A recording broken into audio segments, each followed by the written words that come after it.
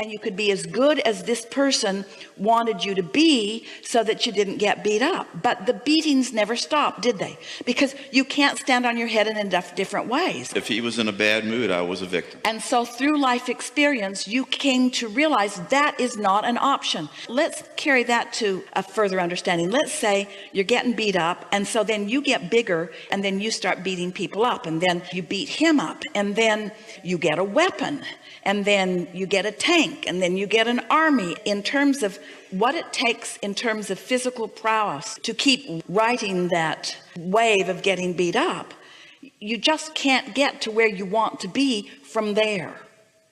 And so through life experience, after a little while, you attract someone like us. There are a lot of people talking about vibrations these days who begins to tell you that there is a power, there's an energy that creates worlds, that if you do the work vibrationally, you won't be in the position where you have to do the less powerful work of taking action. And this is the reason that this conversation is so important to have, is because you live in a world that is so dependent upon action. People factioning off, joining groups, trying to gain more power, and just beating each other up all day, every day, and no one feeling very good in the process of that. Surely, like the little kid who got beat up until you grew up, as a mass consciousness in this physical world, can't you feel yourself coming to an awareness that there's got to be some better way than just having the loudest voice saying the most negative thing focused against the other? Isn't it occurring to you in very real experiential terms that there is another way of going about living happily ever after, other than trying to push against what you do not want? I would think it's my belief system, and This is why, as we've come into your experience, we're approaching it from the only way that you can really hear it. We say to you, we're not talking about somebody beating you up. We say you create your own reality, and you question that because it didn't. Yeah, but like why would I step into that? And then we say, because you are offering a vibration that law of attraction is responding to. And then we say, and you can control that vibration. You were never able to control that mean man. You could not control that mean man. So if you had to depend on action, or maybe a mother who would defend you, or maybe a system of government that would say, this mean man cannot do these mean things to you. My mother wouldn't defend me. But what we're getting at is, when you're reliant upon the action in order to make it better, there's never enough action to compensate for that. And so in the meantime, something really wonderful happened to you. You were, without even knowing you were doing it, you were building a vortex. You were building a vibrational reality. You were becoming stronger with your inner being. You were becoming clearer with your inner being. You were becoming smarter. You were becoming more aware that you create your own reality. You were putting things into your vortex that all these years later, when nobody's beating you up, you could become a vibrational match to, if you would let yourself just go there a little bit. I want that you big cannot keep fighting the battles of what happened. One of the things about your inner being that is really worth knowing is that your inner being never looks back. Your inner being never regurgitates one of those beatings. Your inner being never looks back at that. And so when you do, right away, you affect a separation between yourself and your inner being. This is the best conversation we've ever had in order to help you to understand that action has never been the way to make things happen. And yet most people are relying almost completely upon the action part of it. Well, it's time for you to stop worrying about the action part of it. It's time for you to get hold of the leverage that creates worlds and utilize it to your advantage. It's time for you to offer a vibration that never brings belligerent people into your experience. Because you start fighting against belligerent people, you'll start attracting belligerent people, because there is no law of exclusion. When you see something that you want and you say yes to it, you invite it into your experience. When you see a bully or something that you don't want and you shout no at it, you invite it into your experience. So there's a war against drugs, and a war against murder, and a war against crime, and a war against all of those things, and all of them getting bigger because attention to them makes them bigger, you see. So then you all have to decide. And by telling your story of when you were little, it makes it harder for you or anyone to hear, because it's hard to imagine being a little kid and experiencing the wrath of some disconnected person and knowing what to do about it. We know that. But You survived it like your inner being knew you would. You put all kinds of things in your vortex like your inner being knew you would. You are so much more than you could ever been without that experience. There is now something for you to come into vibrational alignment with. In other words, you're really going to like these lions when you get them.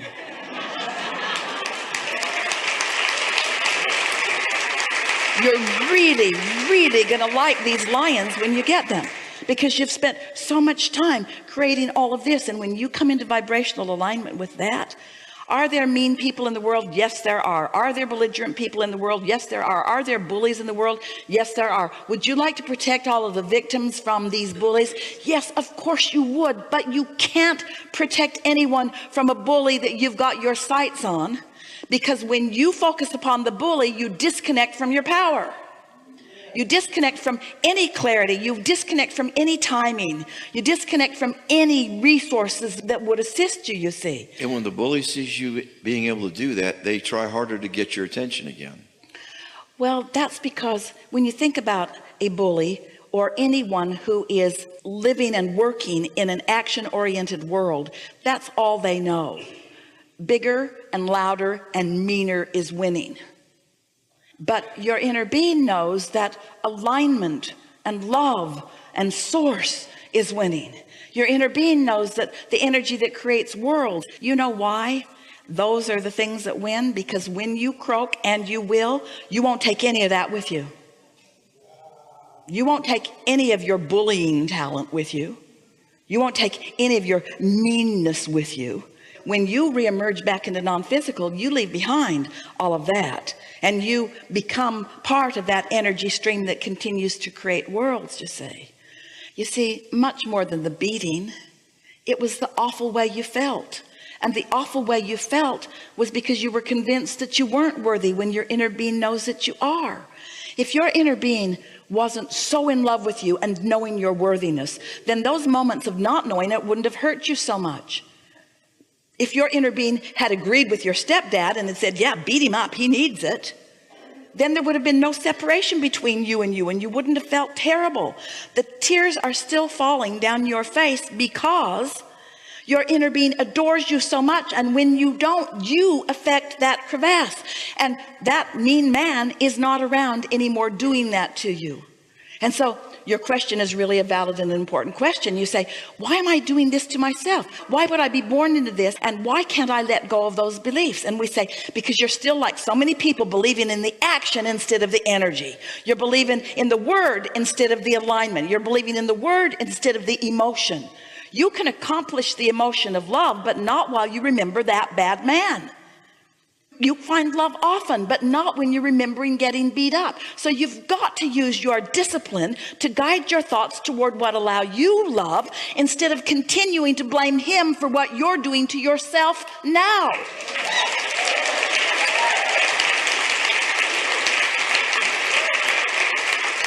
He beat you up. Yes, he did. And no one thinks that was a good idea. But why would you have chosen something like that? Why would you choose that? Because you knew that in having that experience, that you would put into your vortex a legacy, a life experience, that once you came into vibrational sync with it, you would feel the wholeness of who you are. You knew that independence was the only way that you would ever know your true value.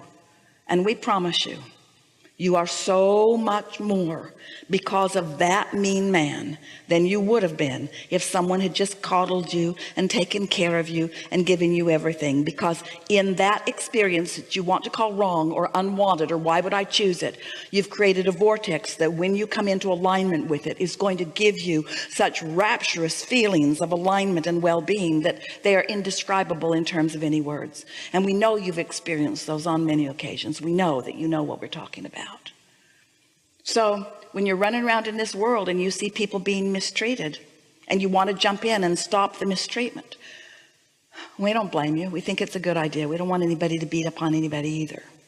But there is far more detriment happening to far more people because of words that are spoken and thoughts that are being projected. There are not that many people being beat up physically in relationship with the numbers of you who are beating yourselves up by not going with the flow of who you really are. And that's really what the bottom line is. That's really what you have to understand. Nobody's doing anything to you. And that's the most important conversation that we could ever have with you, because there was a time when it really looked like somebody was doing something to you. It really looked like they had the upper hand. And so it's really easy to go through life still saying, well, they've got the upper hand. They've got the upper hand. If it's not this mean man beating me up, then it's the government not taking more of my money than they should. Or it's my employer who won't pay me what I'm worth. Or it's the person I live with, and on and on and on and on and on. There's always some reason that things aren't better for me, because you have the habit, a lot of people do, of putting it outside of yourself. But when you accept, oh, wait a minute. I can choose to remember that and get myself all bound out as if I was 10 years old again. Or I can choose a thought about something else and feel different. Let's see, I get to choose.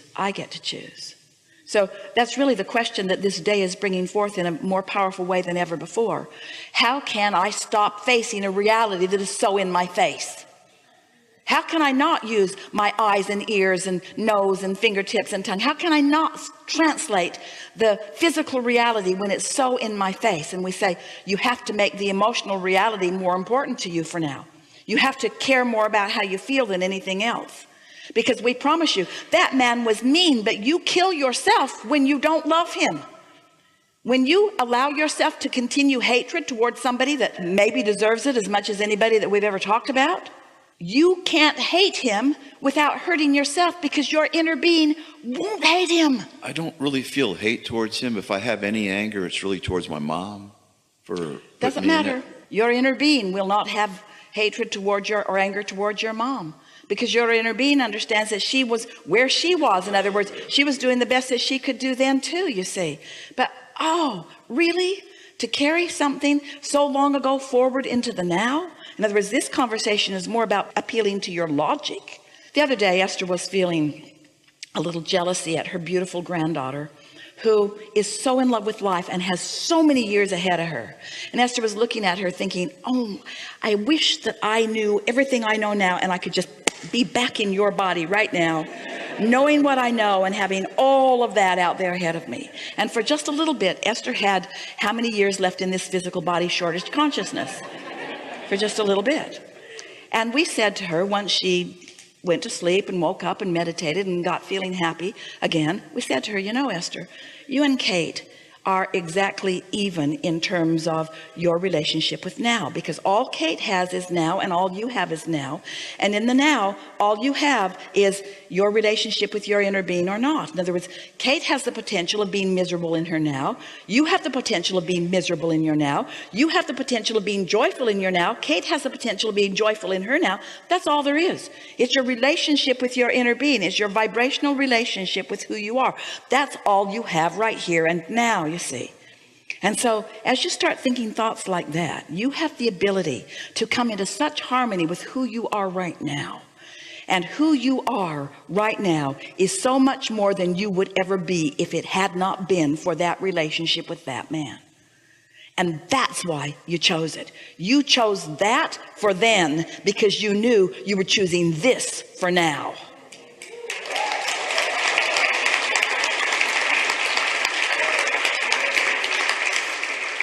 Talk about poop to value. You know who you are. You knew that words don't teach, that only life experience teaches. And sometimes you have to be without alignment pretty hard for pretty long before you start asking for and demanding for yourself alignment. And once you reach that place where nothing else will do, where everything else is irrelevant, where actions don't matter anymore, where nothing matters anymore, where the only thing that matters is your relationship with who you are. Once you are there, then you're home free. Because once you care about that, then you can accomplish it. And then you just start living happily ever after. Now. Really good time.